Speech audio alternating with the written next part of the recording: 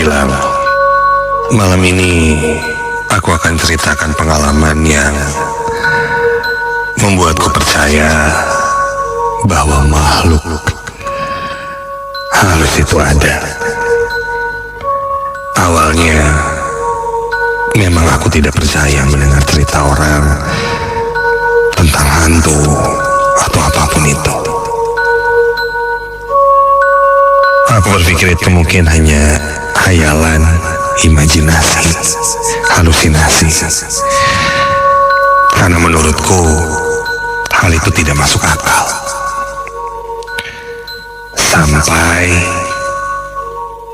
pemikiranku berubah dan aku menarik kata-kataku sendiri setelah aku mengalami ini. Ini adalah cerita tentang rumah kakakku yang berada di Bekasi. Hari itu aku masih ingat.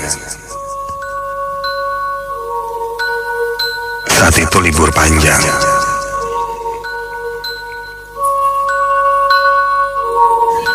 Dan bersama keluarga, aku menginap di rumah kakakku itu.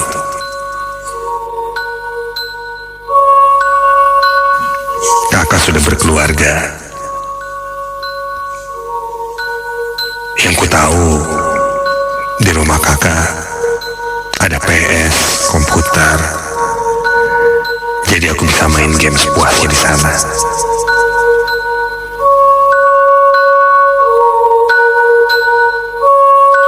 Hari pertama berjalan sesuai rencanaku. Aku dan kakak banyak menghabiskan bermain game di sana.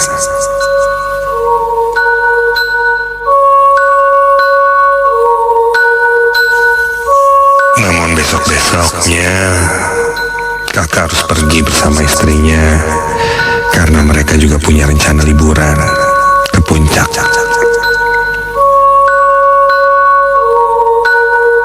Orang tuaku pun mengajakku pulang. Namun saat itu aku bilang aku ingin liburan di rumah kakak.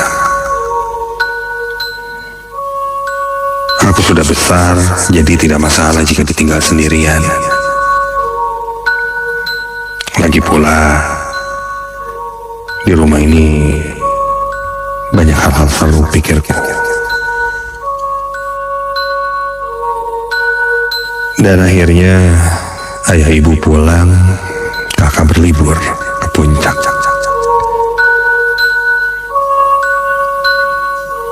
Dan aku diminta untuk menjaga rumahnya. Memang tidak lama sih, hanya semalam. Ya, besok kakak dan istrinya sudah pulang. Sore hari di sana sangat panas. Aku malas main keluar dan berjalan-jalan, jadi kuputuskan ya main PS aja di rumah. Tak terasa waktu berlalu. Saking asiknya, ternyata hari sudah gelap. Aku lupa menyalakan lampu-lampu. Aku mulai berkeliling menyalakan lampu luar, beberapa ruangan, sambil mengunci pintu. Dan terdengar suara tokek di rumah itu. Dan tidak hanya satu,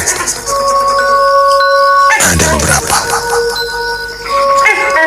Kemarin perasaan nggak ada suara tokek.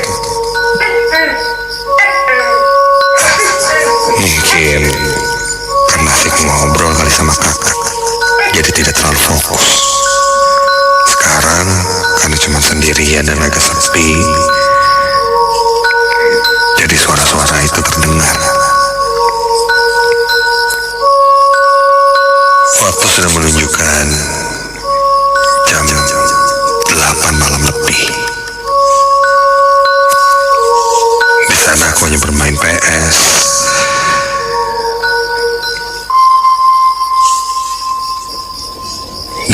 kembali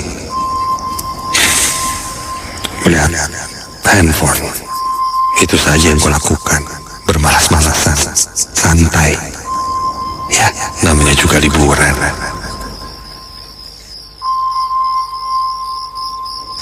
Satu momen, perutku terasa lapar.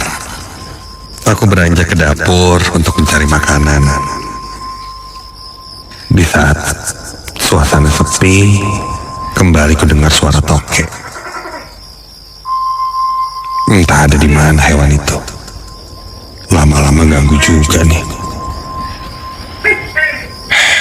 Iseng, aku coba cari suara tokek itu berasal dari mana.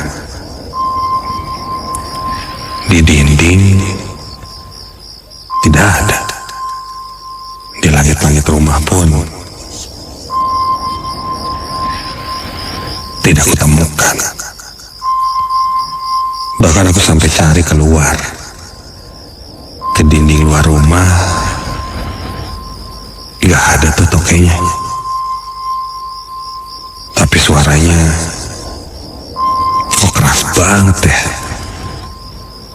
Jangan-jangan ada di balik lemari atau buffet, entahlah. Yang jelas sepertinya tokek itu ada di dalam rumah. Malam semakin larut, aku mulai bosan bermain PS.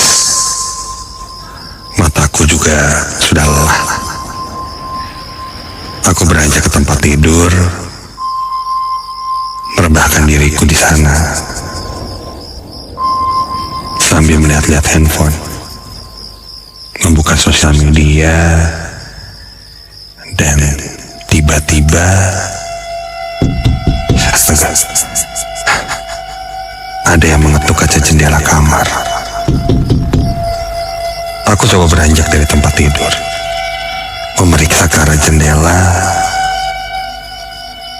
dan ketika aku buka gordennya, tidak ada siapa-siapa.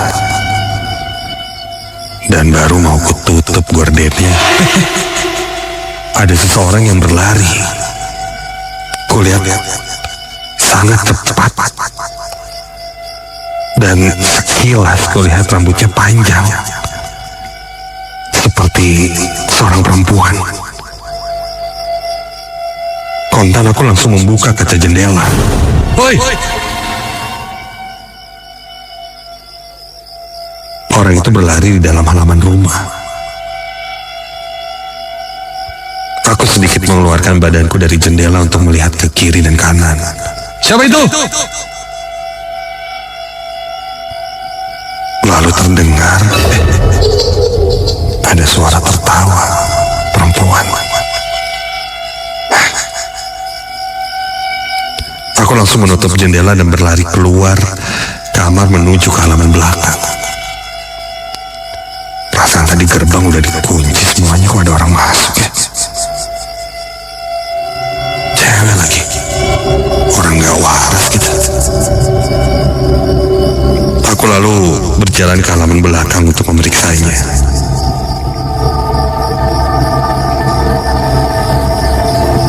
Tapi tidak ada siapa-siapa.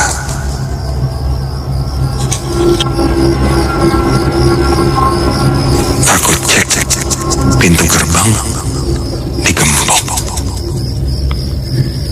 dan pagar rumah ini cukup tinggi untuk orang memanjat. Rasanya sih tidak mungkin.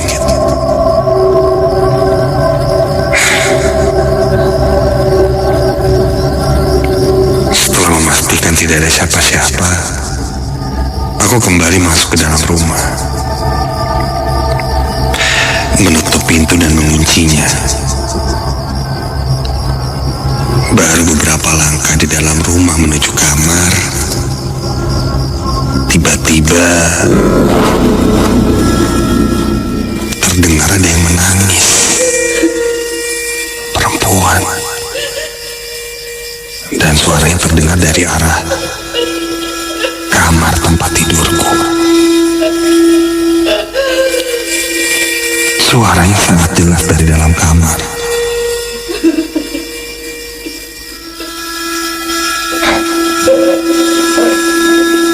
Aku dekati kamar, ku buka pintu dan Sekelebat sesuatu seperti kain berwarna putih keluar begitu saja melayang dari dalam kamar. Bahkan seperti menabrak wajahku. Diikuti suara tertawa perempuan. Refleks aku merunduk.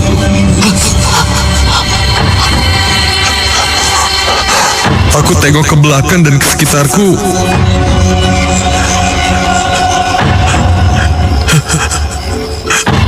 Awalnya tidak kulihat apa-apa, tapi ketika kulihat ke sudut ruangan, di langit-langit ruangan itu ada sesuatu yang menempel di pojok. Sosok perempuan dengan rambut panjang, wajahnya pucat namun bentuknya tidak seperti manusia pada umumnya.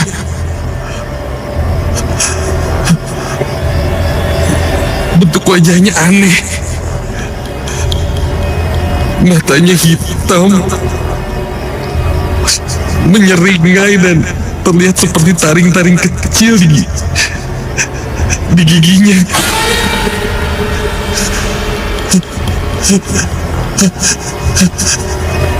Melihat itu tanpa berlama-lama aku langsung masuk ke dalam kamar membanting pintu.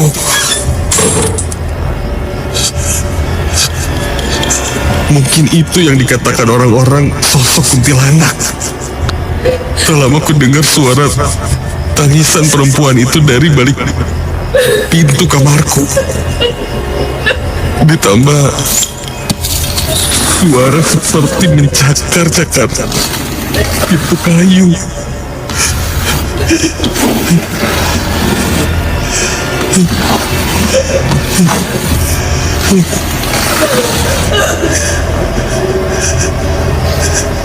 Aku hanya bisa diam di dalam kamar sampai tiba-tiba saja lampu di kamarku meredup, hampir gelap, seperti listrik yang tidak stabil.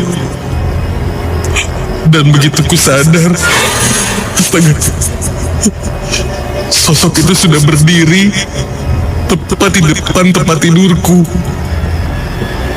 Pakaiannya putih, lusuh, namun nampak seperti tidak padat, melayang dengan wajah yang tak karuan itu.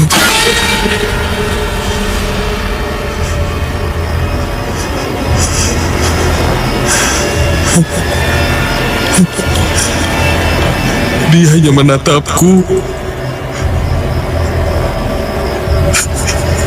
menyeringai,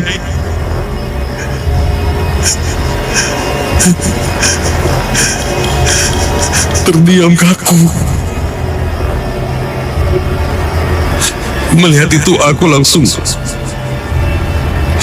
bangkit dan berlari keluar dari kamar.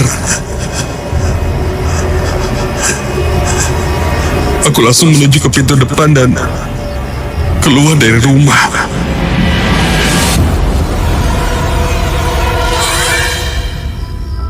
Tak jauh dari rumah kakak ada warung yang untungnya masih buka saat itu. Penjaga warung bertanya kenapa. Aku terlihat panik, dikiranya ada maling atau orang jahat.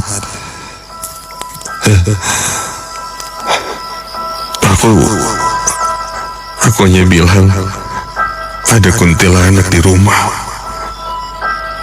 Penjaga warung itu bertanya rumah yang mana. Lalu aku menunjuk rumah kakakku. Dia coba menenangkanku, lalu berkata, iya, rumah itu sering menjadi obrolan orang-orang sekitar. Karena kadang memang melihat sosok perempuan yang berdiri di atas genteng rumah itu. Ada juga yang pernah diganggu, dipanggil namanya, dan ketika melihatnya ternyata sosok perempuan. Orang-orang nampaknya sudah tahu bahwa rumah kakakku itu ada penunggunya. Namun kakak tidak pernah cerita. Penjaga warung itu berkata memang biasanya orang yang di rumahnya seringkali tidak merasakan atau bahkan tidak diganggu. Tapi orang-orang lain mungkin berbeda. Aku coba beranikan diri kembali ke rumah itu dan langsung menelepon kakakku. Kakak lalu meminta temannya yang ada di sana untuk menemaniku malam itu. Setidaknya sampai besok pagi. Ketika kakak pulang, sore harinya aku ceritakan apa yang kualami. Sebenarnya kakak menanggapinya tidak dengan raut wajah yang tak percaya. Dia tahu dan sering dengar bahwa rumahnya angker, ada sosok kuntilanaknya. Tapi selama dia dan istrinya tinggal di sana, dia tidak pernah merasakan apa-apa, bahkan diganggu atau diwujudkan sosok perempuan itu. Aku pun lalu pamit pulang dan tidak melanjutkan lagi menginap di rumah kakakku. Dari sana, pemikiranku tentang sosok makhluk halus kini berubah. Bahkan entahlah, setelah kejadian melihat cukup jelas sosok itu, aku malah merasa jadi lebih sensitif dan gampang merasakan kehadiran sosok-sosok mereka.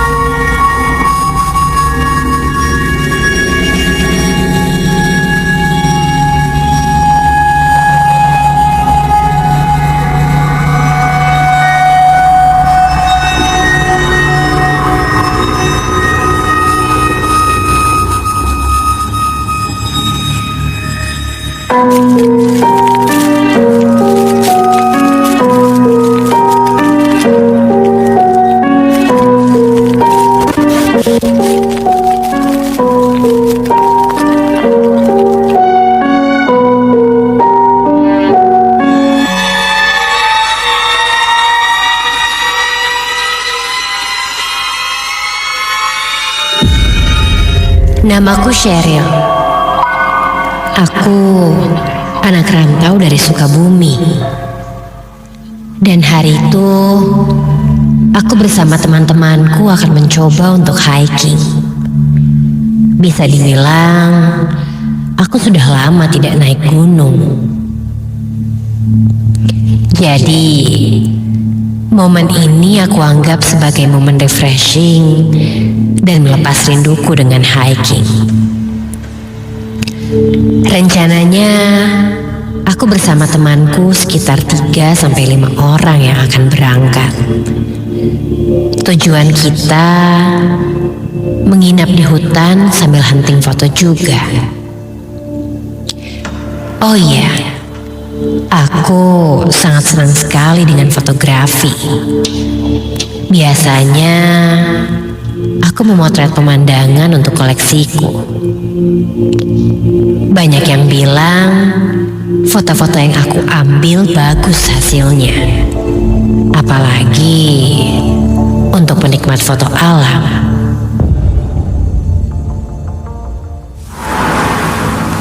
Singkat cerita, hari di mana aku berangkat pun datang. Aku bersama 2 orang temanku pun sudah siap. Jadinya yang berangkat hanya aku, Ali, dan Lala. 2 orang lainnya tidak jadi ikut. Katanya sih ada urusan masing-masing. Walaupun kami cuma bertiga, namun kami sudah merasa cukup. Apalagi kami sudah beberapa kali hiking bersama-sama. Kami berangkat memakai 2 motor. Banyak yang bilang kalau naik gunung itu jangan berjumlah ganjil. Nanti nambah 1 orang.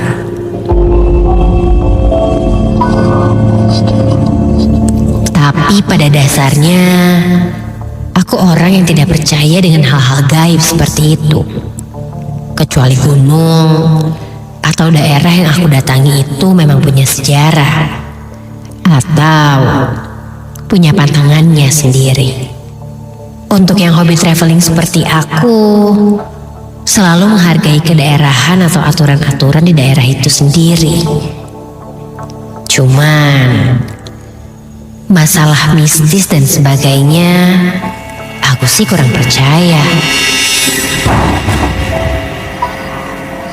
Bukannya sompral, tapi ya tidak masuk akal aja menurutku.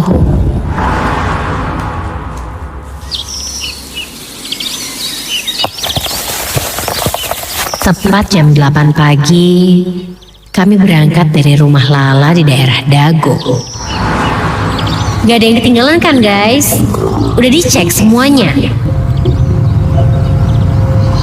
Cuaca sangat mendukung ketika di jalan. Dan semuanya baik-baik saja. Tidak ada barang bawaan yang ketinggalan. Trash bag, matras, sleeping bag, air minum, mie instan, dan sebagainya sudah siap. Menurutku, semuanya akan berjalan lancar. Kami pun menempuh 2 jam perjalanan untuk sampai ke lokasi. Dan tidak terasa, kami pun akhirnya sampai. Memarkirkan motor dan langsung menuju atas, supaya tidak membuang waktu lagi. Ternyata hari ini lumayan banyak yang ikut camping. Aku dan Ali sudah memutuskan untuk buka tenda dulu di tempat yang agak jauh dari orang-orang, biar lebih berkesan alamnya. Setelah semua persiapan selesai, kami pun siap untuk menginap di salah satu spot yang biasa dipakai camping. Hari sudah menunjukkan jam 2 siang. Waktunya kami untuk istirahat sebentar. Soalnya perjalanan dari parkiran ke tenda kami lumayan jauh juga. Aku pun memutuskan untuk hunting foto nanti sore. Soalnya lighting dan momennya pas menurutku. Tidak terlalu panas dan tidak terlalu dingin juga. Kami memutuskan untuk memulai perjalanan hiking sekitar jam 3 subuh nanti. Rencananya mau main juga. Dan katanya sih, dari tempat camp kami memakan waktu kurang lebih 3 jam kalau tidak ada hambatan di jalan.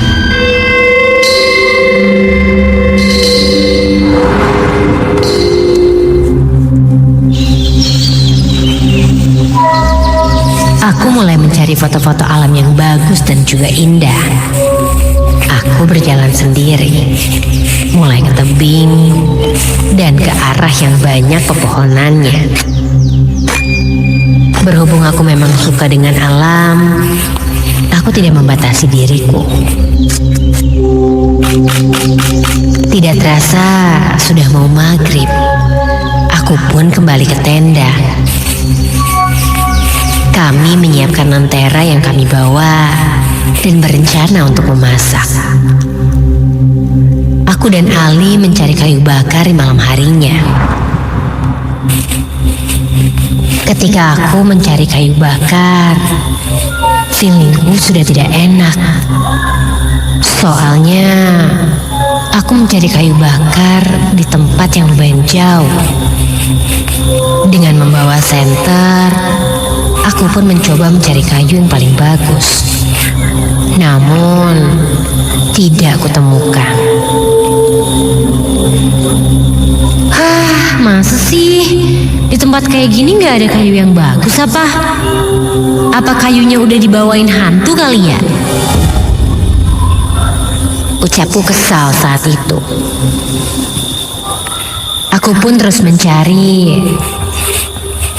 Namun hasilnya nihil. Dan aku memutuskan untuk kembali ke tenda. Dan kulihat, untungnya Ali sudah mendapatkan kayu bakar yang cukup banyak. Ali sempat bertanya padaku, kenapa aku tidak mendapatkan kayu bakar? Aku pun menjawab, udah dicari, Li. Tapi kayaknya kayunya dibawa penunggu di sini kali buat bangun rumah. Lala dan Ali sontak langsung menegurku. Katanya, jangan berbicara sompral seperti itu. Waktu pun berlalu. Setelah api unggun menyala, api pun menyala. Dan kami menghangatkan tubuh yang kedinginan di malam hari ini. Sambil memasak air untuk membuat teh dan juga mie instan, kami mengobrol dan saling sharing cerita satu sama lain. Lala pun mengajakku untuk segera tidur dan menyuruh Ali berjaga di luar tenda. Sampai akhirnya aku dan Lala pun tertidur.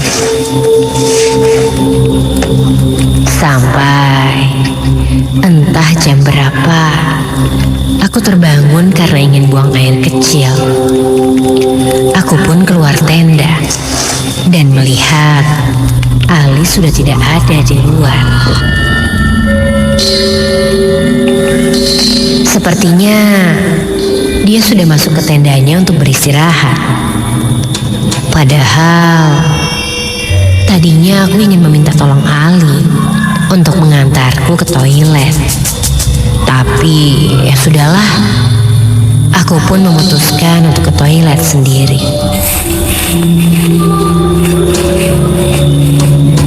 Setelah sampai di toilet, aku pun bergegas untuk buang air kecil.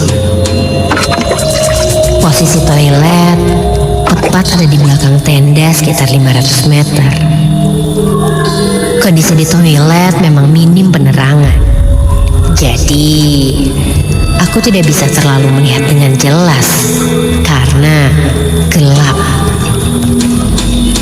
Setelah selesai, aku pun berniat kembali ke tenda.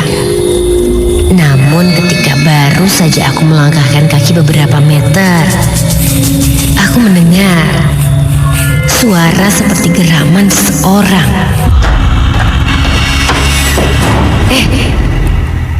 Siapa tuh? Ali? Gak lucu deh, Li. Aku tidak menghiraukannya dan terus berjalan sambil menyalakan senter yang kubawa. Lalu aku pelan-pelan menengok dan menyalakan senter yang kubawa. Ternyata astaga, aku melihat sebuah kepala di sisi kiri pohon dengan muka yang sangat hancur dan sangat menyeramkan. Aku pun terdiam. Badanku pun menjadi sangat kaku. Suasana sangat gelap dan aku tak bisa melihat apapun selain muka yang kusorot dengan senterku itu. Aku berusaha sekuat tenaga untuk mengucap istighfar dan mencoba menggerakkan seluruh tubuhku. Namun, aku tak bisa. Ya Tuhan.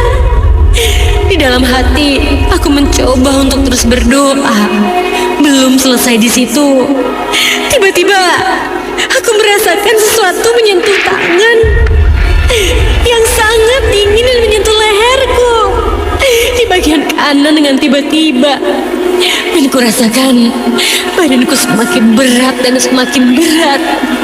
Dan dengan keadaan yang entah bagaimana bisa terjadi, aku mencoba untuk menoleh ke arah di mana tangan itu menyentuhku. Dan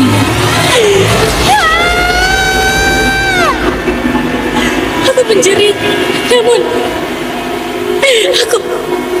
aku tidak bisa bergerak. Lalu terdengar suara. Astaga! Terdengar suara tertawa yang sangat menyeramkan. Penglihatanku mulai gelap dan aku pun mulai kehilangan kesadaran.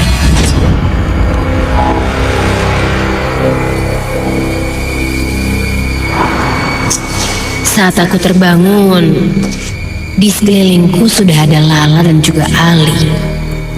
Dan aku sudah berada di dalam tenda. Lala bilang, tadi aku kesurupan. Dan terus berkata, baturan aing di dia. Yang artinya, temani aku di sini. Sambil tertawa-tawa. Ali mengingatkanku, mungkin itu karena ulahku yang tadi berkata sompral. Dan ketika ku ingat, memang benar. Aku sudah berkata sompral beberapa kali di tempat ini. Dan mungkin ucapanku itu menantang penunggu yang ada di sini. Aku pun disuruh untuk meminta maaf dan berjanji tidak akan melakukannya lagi. Dan sampai sekarang aku tidak bisa melupakan wajah kepala itu. Aku tidak pernah menyangka bahwa aku akan memiliki pengalaman seperti ini.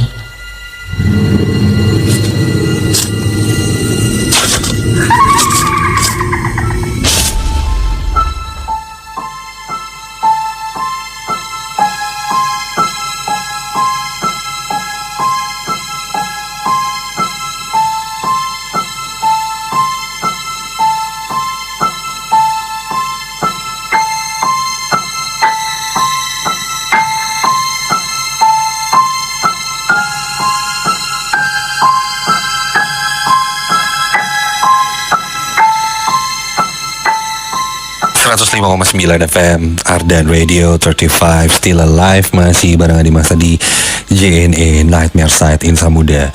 Dua cerita baru saja kamu dengarkan di JNE Nightmare Site malam hari ini. Masih ada satu cerita lagi yang akan kamu dengarkan, dan ini masih live streaming, audio visual streaming AVS kita bisa kamu tonton di website ardanradio.com, di channel Ardan Radio, dan pastinya di live TikTok kita Ardan Radio BDG. Jangan lupa di follow, di subscribe juga ya Insan Muda, karena banyak konten-konten menarik lainnya selain Nightmare Side dari Ardan yang selalu ada buat kamu. Sama seperti JNE Insan Muda, banyak juga paket-paket pengiriman-pengiriman yang sesuai dengan keinginan kamu. Kamu mau kirim paket, barang, bahkan dokumen pun bisa banget dan bisa sehari sampai dengan yes ya. JNE yes yakin esok sampai, dan pastinya jangan lupa buat cek selalu update-nya dari JNE di JNE_ID dan JNE_BDG untuk info-info terupdate. JNE Connecting Happiness. Sekarang kita akan masuk ke segmen selanjutnya Insan Muda. Selamat datang di Nightmare Side Testi Misteri, di mana di Nightmare Side Testi Misteri ini kita nanti akan bacakan pengalaman kamu yang sudah masuk ke tim Nightmare Side, yang sudah mengirimkannya di nomor 0812-2011059. Nanti kita akan bacakan. Tapi sebelum itu, kita sedikit flashback di tahun 2025 ini untuk Kaleidoskop Nightmare Side. Kita akan highlight beberapa momen-momen yang menyeramkan yang terjadi dan sempat viral di sosial media. Ya, ternyata ada dua momen menarik yang akan kita bahas malam hari ini Insan Muda. Mungkin kamu masih ingat di bulan Mei dulu ya, kita masuk ke bulan Mei 2025, teror ketukan misterius Insan Muda. Jadi di bulan Mei 2025 kamu dengar fenomena ini terjadi di salah satu daerah perumahan di Karawang. Dihebohkan dengan kejadian misterius. Sekitar jam 3 pagi, katanya sejumlah rumah mengalami ketukan pintu secara bersamaan dan terdengar 7 kali ketukan. Namun saat diperiksa, bahkan melalui rekaman CCTV, tidak terlihat siapapun di depan pintu. Tidak diketahui penyebabnya hingga saat ini, namun beberapa mengaitkan dengan praktik mistis seperti pesugihan dan mungkin lampor, dan ketika mungkin terlihat mungkin ada beberapa uang yang hilang dan sebagainya. Seperti itu. Ini bulan Mei 2025. Kita akan tampilkan sedikit cuplikan videonya ya. Ini source-nya dari salah satu akun TikTok kan, kalau masih ingat ya.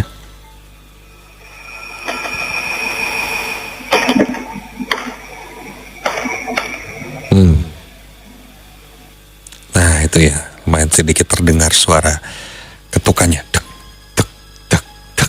Itu dia, teror ketukan misterius di Karawang. Mungkin ada Insan Muda lagi nonton ini di Karawang ya, lagi live streaming. Boleh dong kasih tanggapan nih, gimana update-nya sekarang. Ini udah mau Desember 2025, apakah ada update terkini dari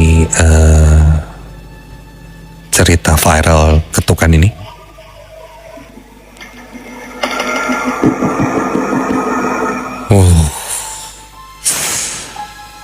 Sempat rame, bahkan konten-konten kreator horor pun membahas ini ya, sempat di channel-channel. Dan ya, seperti apa tanggapan kamu Insan Muda tentang teror ketukan misterius yang sempat rame dan viral ini?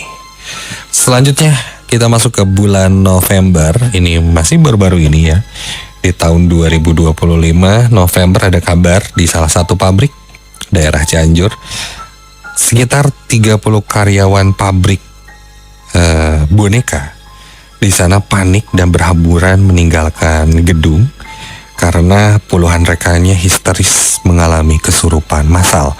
Kejadian tersebut berlangsung selama 1 jam sebelum akhirnya kondisi kembali kondusif. Tidak dapat dipastikan penyebab kejadian tersebut, namun salah satu karyawan mengatakan kejadian ini bermula dari seorang karyawan yang diduga jarinya tertusuk jarum saat bekerja. Dan setelah itu hal ini terjadi.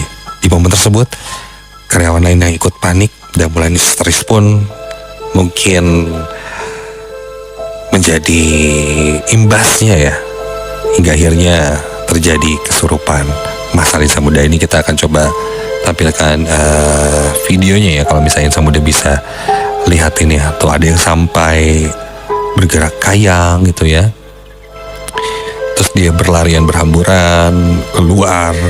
Nah, kau bisa lihat videonya langsung di live streaming kita Insan Muda. Ngeri banget sih. Ini ngeri banget sih. Mungkin ada di antara kamu yang lagi nonton juga warga daerah Cianjur, Insan Muda Cianjur.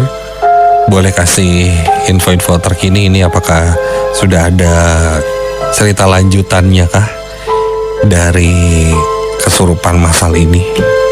Apakah memang gara-gara jarum itu mungkin ada hal yang lain Insan Muda ya? Kita tidak tahu. Oke, itu dua dulu yang akan kita bahas di malam hari ini. Selanjutnya di segmen Adversa Testi Misteri, kita akan membacakan pengalaman kamu yang sudah masuk ke tim Nightmare Site, yang akan kita pilih. Dan siapakah yang kira-kiranya terpilih untuk kita bacakan di JNE Nightmare Site malam hari ini. Sebelum itu, kita dengarkan dulu cerita ketiga di JNE Nightmare Site malam hari ini. Masih bareng Dimas sampai nanti jam 12 malam. Dan selalu ingat, jangan pernah dengerin atau nonton Nightmare Site ini sendirian.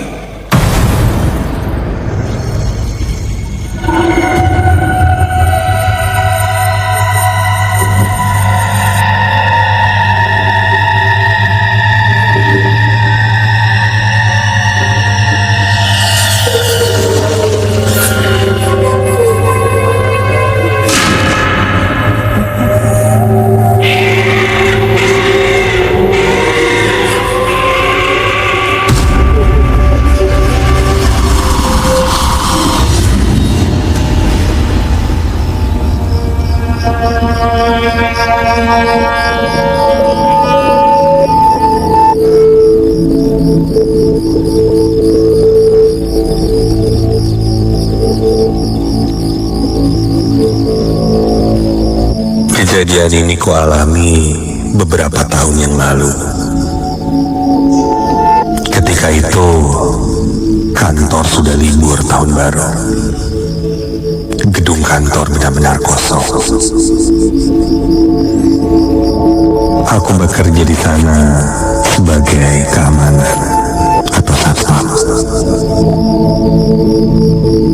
Dan kebetulan aku kebagian shift malam. Dari jam 11 malam sampai pagi.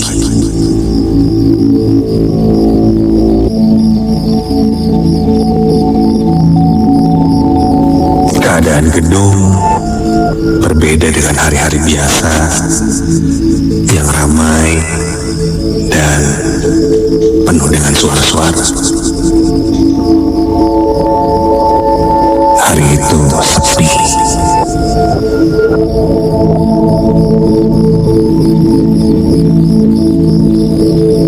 Lampu lantai kupadamkan setengah, menyisakan jalur koridor utama. Lampu emergensi memantul di lantai granit. Aku duduk di ruang security, membuka CCTV monitor kecil. Saat itu sudah jam 12 malam lebih. Awalnya semua biasa saja, sampai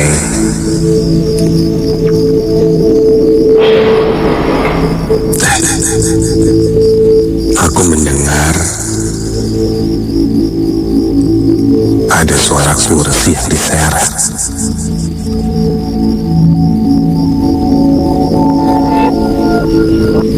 Karena gedung ini kosong, suara sedikit pun akan terdengar cukup jelas.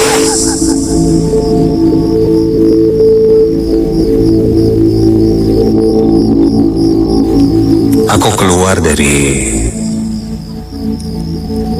posku dan mencoba mencari suara kursi yang diseret itu. Aku bisa yakin itu suara kursi karena memang suaranya khas.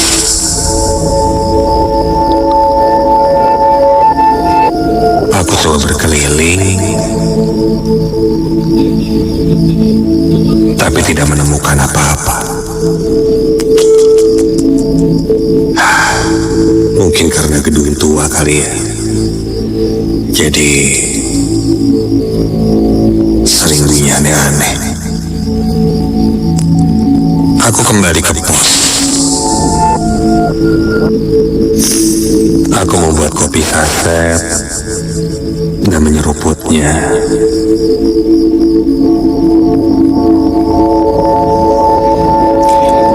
Lima menit kemudian,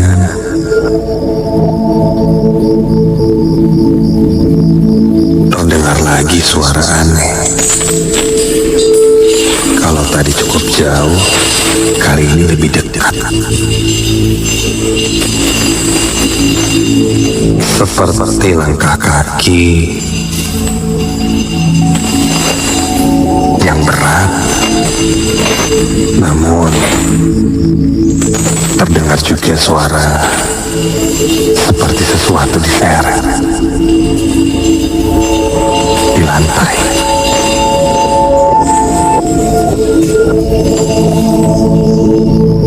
Karena suaranya cukup jelas, yang pertama kali kulihat ya monitor CCTV. Namun saat itu tak ada apa-apa yang tertangkap. Tidak ada siapa-siapa. Hanya koridor panjang, lampu-lampu yang mati, dan sepertinya tidak ada yang mencurigakan. Sampai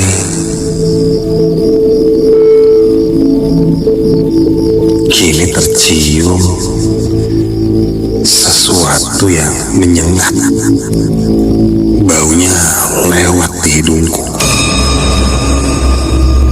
Bau anyir seperti bau besi berkarat. Tapi baunya lebih bikin mual. Bau apa sih? Apa mungkin dari AC ruangan ya? Baunya sangat asing bagiku. Aku sempat berdiri mengecek AC, perkabelan, takutnya ada kabel terbakar atau mungkin bangkai tikus. Tapi tidak ada apa-apa dan bau itu hanya lewat lalu hilang.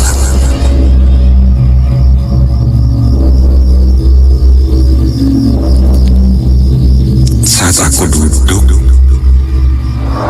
dan menengok ke monitor CCTV, sekilas kulihat ada bayangan hitam lewat dengan cepat.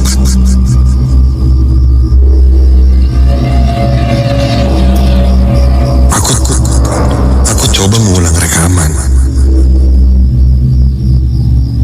Pelan-pelan sampai ketika ku pause, ada sesuatu yang rasanya berdiri di ujung koridor.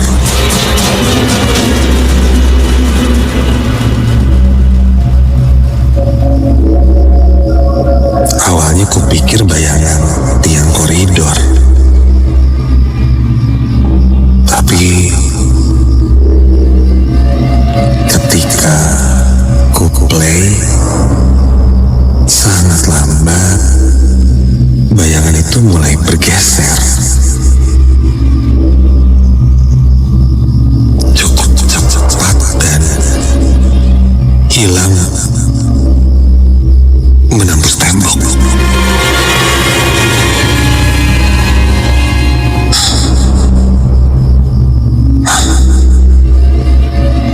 Aku lalu keluar dari pos dan melihat ke koridor itu secara langsung. Aku dekati ujung koridornya dan ke arah bayangan itu hilang.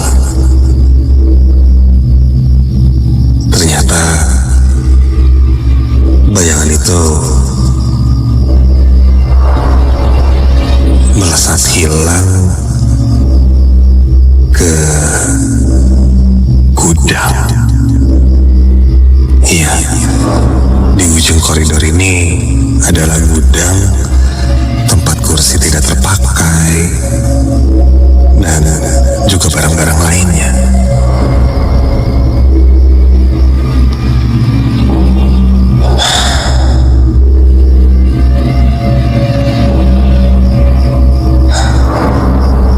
Aku tak yakin untuk membuka gudang itu. Jarang sekali ada orang yang ke sana.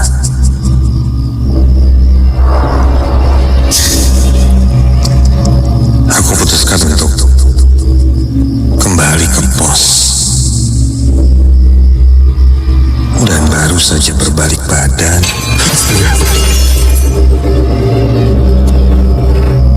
bunyi gaduh terdengar dari dalam gudang itu. Seperti ada barang terjatuh. Sangat keras dan menggema.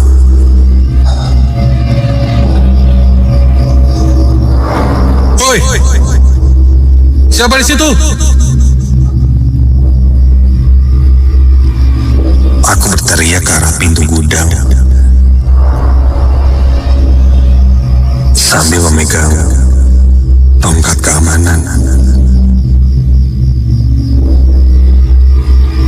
Satu-satunya pintu gudang ini hanya ini. Di dalam tidak ada jendela atau pintu lain. Jika itu maling, dia tidak bisa kabur. Oi! Perlahan aku pegang gagang pintu karena tak ada jawaban sama sekali.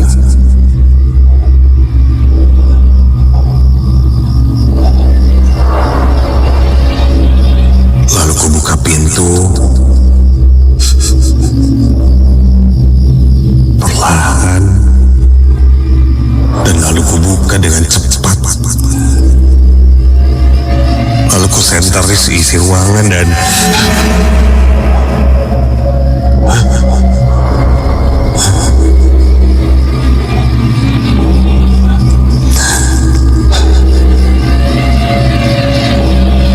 terlihat memang ada kursi yang tergeletak tidak wajar terjatuh di lantai.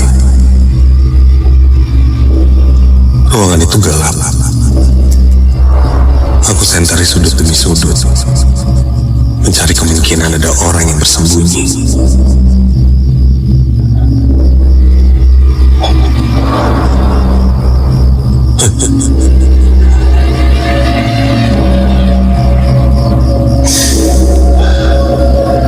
Sampai ke ujung-ujungnya, aku tidak melihat siapa-siapa.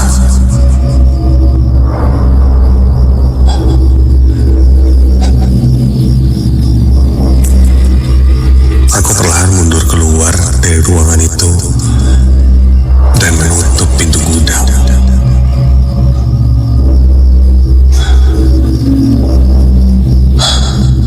Nafasku mulai pendek, kakiku mulai terasa berat sekali. Dan tiba-tiba bulu kuduku berdiri. Dari sudut mata kiri, rasanya ada yang berdiri menatap ke arah.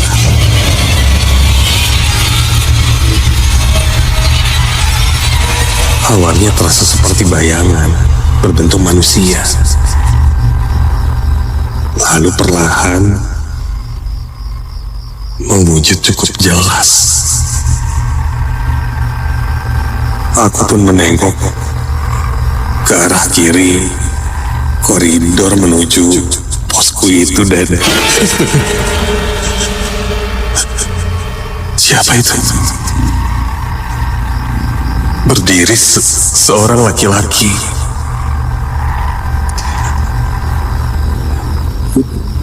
Dia terlihat memakai seragam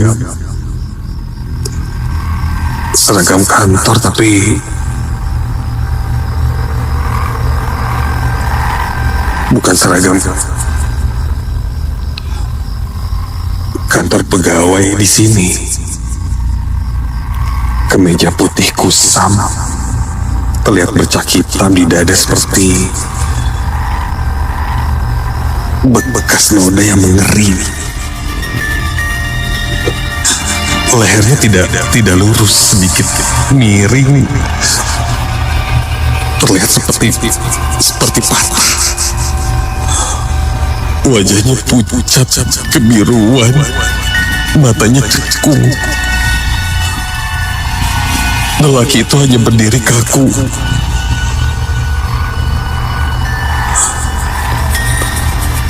Mulutnya terbuka dan terlihat lidahnya yang menjulur keluar. Dia hanya berdiri kaku.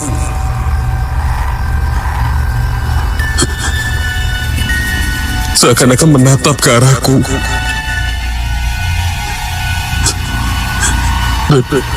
Ketika aku sadar, kakinya melayang tidak menyentuh lantai.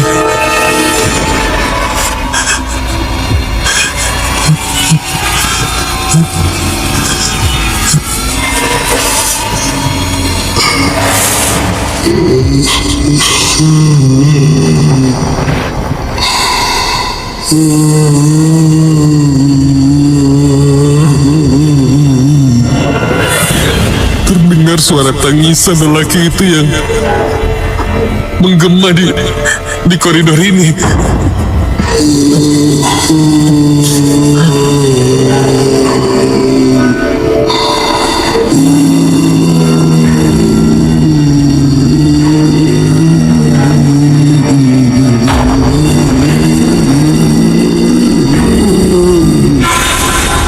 Aku hanya bisa tertunduk,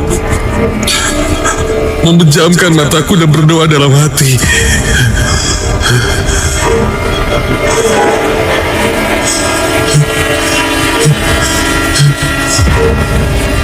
Perlahan aku coba membopong kakiku yang berat itu untuk melewati koridor dan kembali ke pos sambil kupejamkan mata.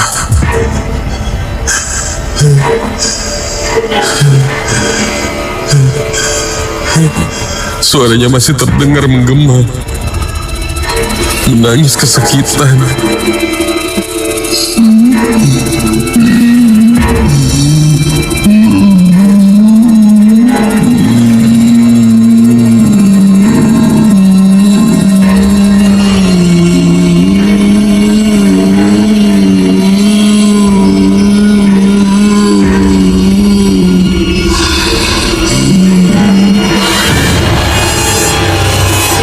Aku terus berdoa, minta perlindungannya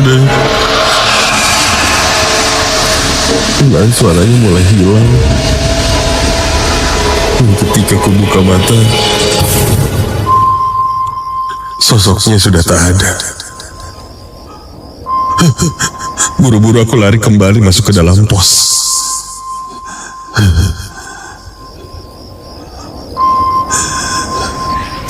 Dari CCTV tidak terlihat apa-apa.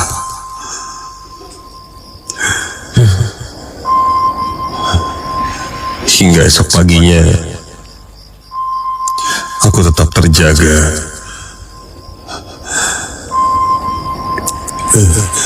Karena suara tangis itu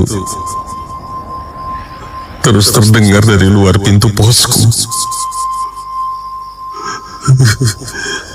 Aku tak berani untuk keluar saat itu. Kulihat di CCTV di depan posku pun tak ada siapa-siapa. Hingga pagi hari tiba, suasana mulai berubah. Aku mulai berani keluar. Dan ya, sosok itu sudah tak ada lagi.